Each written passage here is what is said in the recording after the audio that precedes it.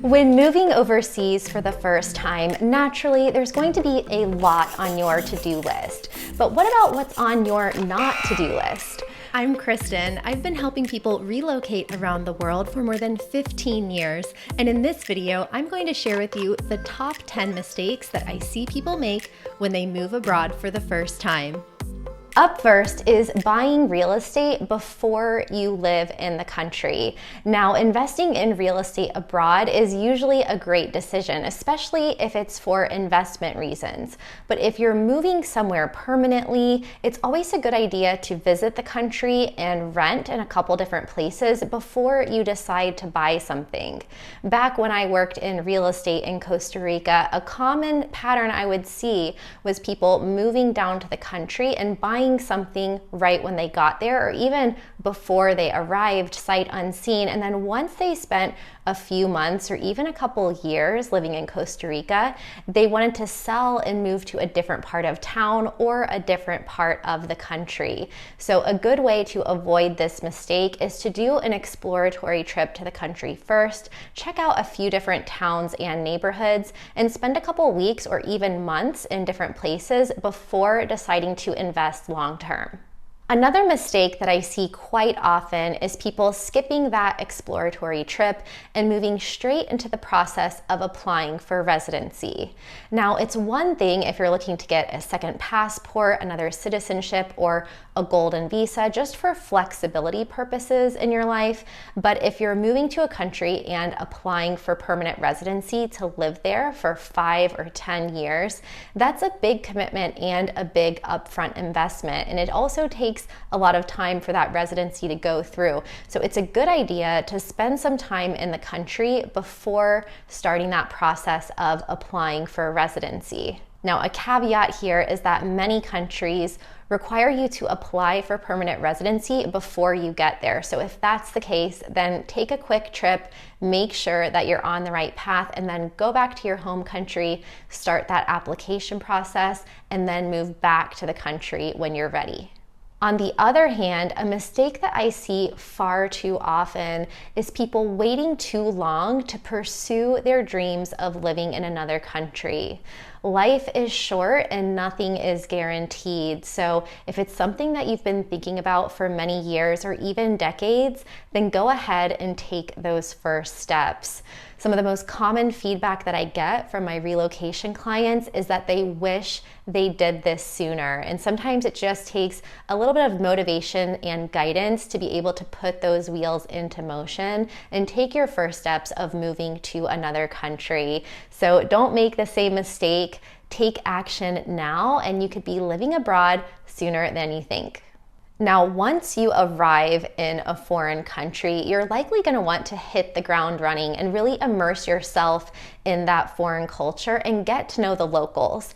But a mistake that I see far too often is people staying in their comfort zone and gravitating more towards people that are living there from their home country, people that speak the same language, rather than really putting themselves out there and outside of their comfort zone. So this is something that's really normal. We want to gravitate to what's familiar to us, but a mistake that I see is people spending too much time with expats and foreigners because it's the path of least resistance, and not taking enough time to get to know the local people, culture, and language. So don't let that happen to you. Create a plan, take some language classes, and be mindful about taking time to get involved with the community, volunteer, and make sure that you're spending at least equal time with expats as well as locals. Another mistake that I often see is people being too trusting when they get to a foreign country. Now, of course, there are really friendly, great, amazing people all around the world, but don't let your guard down more abroad than you would at home. If you wouldn't invite a stranger into your house, into your home country, then don't do it when you get to another one. I've heard far too many stories of people inviting their new friends over for dinner and really showing them their home, and then getting robbed a few days or a few weeks later. So there are a lot of scams out there. Do your homework so that you know about the most common ones, and be trusting with people, but not to the point to where you're putting yourself at risk. Another mistake that I think we can all be guilty of sometimes is expecting a country to change or not being able to fully adapt to life in a foreign culture. Sometimes there's really big hurdles where laws and equality and human rights are a lot different abroad than they are in your home country, but sometimes it can just be little frustrations like the climate or the power or the water going out or poor infrastructure or a combination of different things. If you're from a country where everyone is really punctual and you move to a place where people are on mañana time, where tomorrow might mean tomorrow, but it also might mean next week, next month, or never, then these are the things to be aware of. But having a really flexible and open mindset and knowing that you might change, but that country is not going to change for you can really help you cope with those cultural differences. And a website that I like to use is called the Hofstede Index, where they have a country comparison calculator where you can see the main differences between two countries at a glimpse. And this can give you a point of reference for how extreme those cultural differences are and what you're going to be up against when you get there. Also, save more money than you think you'll need. Sure, you want to benefit from the low cost of living that you can achieve in different countries, but a lot of people don't save enough. And I have seen people move back home after just a few weeks or months because they didn't save enough money before they went abroad. A good rule of thumb is to have at least 6 months of living expenses saved up or more if that's what makes you feel comfortable. Whenever you're making a big life decision like a career change or moving to a new city, it's natural to ask around to get opinions and advice. But what I've seen all too often in the expat community is people giving too much weighting to the opinions of well-meaning friends and family or to complete strangers on the internet, whether it's people in Facebook groups, online forums, or even right here on YouTube. Paying too much attention to what other people think can actually dissuade you from moving abroad altogether, or it can influence you to end up in a destination that might not be the best fit for you.